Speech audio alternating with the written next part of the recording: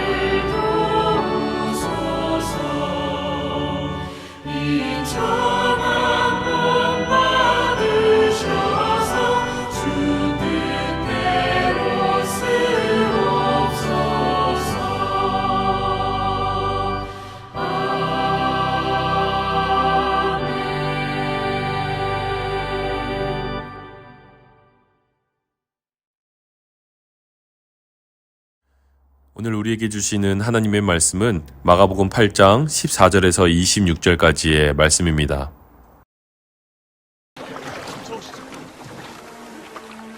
제자들이 떡 가져오기를 잊었음에 배에 떡 한 개밖에 그들에게 없더라. 예수께서 경고하여 이르시되 삼가 바리새인들의 누룩과 헤롯의 누룩을 주의하라. 이는 우리에게 떡이 없음이로다. 너희가 어찌 떡이 없음으로 수군거리느냐? 아직도 알지 못하며 깨닫지 못하느냐? 너희 마음이 둔하냐? 너희가 눈이 있어도 보지 못하며 귀가 있어도 듣지 못하느냐? 또 기억하지 못하느냐? 내가 떡 5개를 5,000명에게 떼어줄 때 조각 몇 바구니를 거두었더냐? 12이니이다. 또 7개를 4,000명에게 떼어줄 때 조각 몇 광주리를 거두었더냐? 7이니이다. 아직도 깨닫지 못하느냐?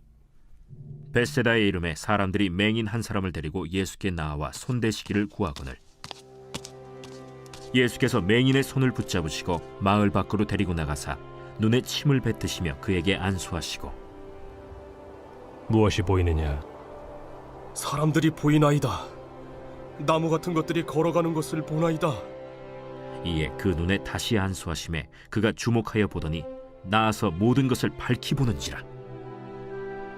예수께서 그 사람을 집으로 보내시며 마을에는 들어가지 말라 하시니라. 여러분은 잘 까먹는 편이신가요? 잘 기억하는 편이신가요? 목회자로 살면서 제가 가장 어려워하는 것이 성도님들의 이름을 외우는 일입니다. 이런 마음을 아실런지 모르겠습니다. 하나님께 볼멘소리의 기도도 많이 했습니다. 왜 저는 유독 사람 이름을 이렇게 기억 못하게 만드셨냐고 말이죠. 어떻게 보면 핑계라고 볼 수도 있지만 저는 이 부분에서 참 어려움을 많이 느꼈습니다. 지나가면 잊고 오래 같이 있던 사람도 나중에 얼마 안 보면 또 누구인지 까먹는 경우도 종종 있습니다. 얼마나 속상한지 모릅니다. 한 번은 고등학교 때 친했던 친구와 지하철에서 마주친 적이 있었습니다. 친구가 무척 반갑게 인사를 건네는데요. 솔직히 도통 누구인지 기억이 안 나서 그냥 웃으며 잘 지냈냐고 뭐 그런 피상적인 이야기만 하고 집에 와서 졸업 앨범을 뒤져보기도 했습니다. 이렇게 보니 잊어버린다는 것은 고통이나 슬픔에는 유익하나 보통의 경우는 유익함보다 손해가 더 많은 것 같습니다. 그런 면에서 오늘 제자들이 그들이 먹을 떡을 가져오는 것을 잊었다고 놀라하는 제자들이 오히려 더 중요한 것을 잊고 있는 모습을 발견하게 됩니다. 그들의 모습이 우리의 모습은 아닌지 한번 되돌아보는 시간이 되시길 바랍니다. 삶의 문제가 다가와도 주님을 잊으면 안 됩니다. 이것이 바로 오늘 본문을 통해서 우리가 첫 번째로 마주해야 될 문제입니다. 삶의 문제가 생겨나는 것은 우리가 인생을 살고 있다는 증거이기도 합니다. 어느 목사님께서는 그래서 고통은 인생이 살아가고 있다는 증거라고 말씀하기도 하였습니다. 오늘 제자들은 빵을 잊은 문제로 인해 고민하고 있습니다. 그런데 그 고민이 지나치니 예수님이 어떤 분이신지를 잊는 큰 실수를 범하고 맙니다. 빵은 우리 인생의 중요한 문제라고 할 수 있죠. 먹고 사는 문제 아니겠습니까? 가장 중요한 문제라고 보여집니다. 그런데 그 문제가 닥쳐오니 결국 그들은 예수님이 어떤 분이신지를 쉬이 잊고 말았습니다. 여러분이 이런 기억 없으신지요? 삶의 문제는 우리가 살아가고 있는 증거라고 말씀드렸습니다. 그런데 수시로 삶의 문제, 특별히 우리가 먹고 사는 문제가 우리 앞에 다가왔을 때 우리는 어떤 반응으로 주님을 대하고 있는지 한번 점검해 보시길 바랍니다. 주님을 쉽게 원망하지는 않으신가요? 주님 왜 이러십니까? 반문하고 계시지는 않습니까? 주님은 아무 말씀하지 않으시는데 우리만 애타서 주님을 향해 날선 불신앙의 언어들로 가득 찬 그런 기도를 하고 있다면 주님은 어떤 마음이실까요? 오늘 말씀을 통해 쉽게 주님의 마음을 알 수 있습니다. 17절입니다. 예수께서 아시고 이르시되 너희가 어찌 떡이 없으므로 수근거리느냐 아직도 알지 못하며 깨닫지 못하느냐 너희 마음이 둔하냐 18절입니다. 너희가 눈이 있어도 보지 못하며 귀가 있어도 듣지 못하느냐 또 기억하지 못하느냐. 아멘.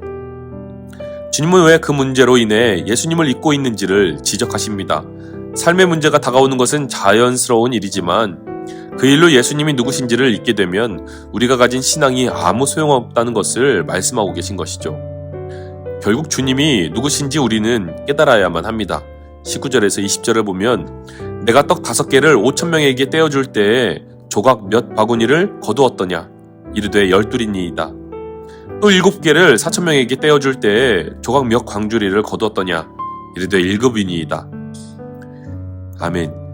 주님은 먹고 사는 문제가 우리를 위협하는 것이 아니라 그때 주님을 잊는 이 문제가 우리 앞에 가장 큰 문제라고 말씀해주고 계십니다.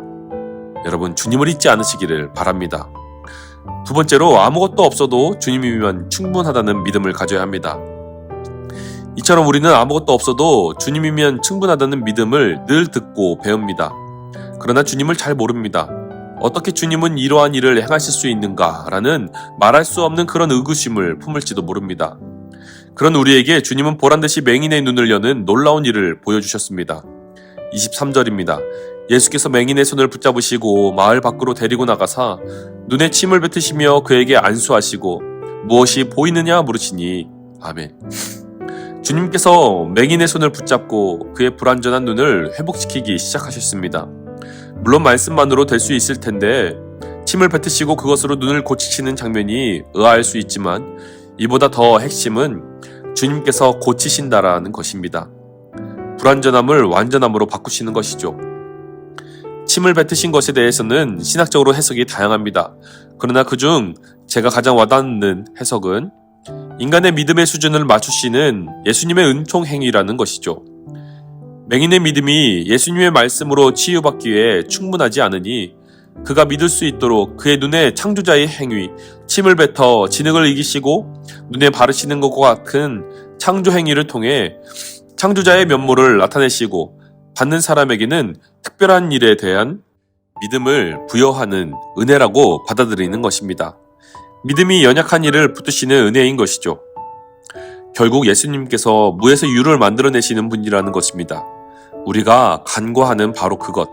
삶의 문제가 우리를 덮쳐와도 무에서 유를 만드시는 주님께서 막다른 골목에서도 길을 내시고 주님을 붙드는 일을 구해주실 분이라는 점을 잊지 않는 믿음이 우리에게 필요하다는 것입니다. 사랑하는 여러분, 아무리 어려운 문제가 다가와도 주님을 잊지 맙시다. 주님을 제대로 붙들고 주님의 놀라우심을 잊지 않고 기억한다면 우리의 인생은 주님의 일하심으로 가득 찰 것입니다. 주께서 놀라운 창조의 손길로 여러분의 삶을 빚어가심을 믿음으로 응답하며 주와 동행하는 모든 성도들이 되시기를 주님의 이름으로 축원드립니다.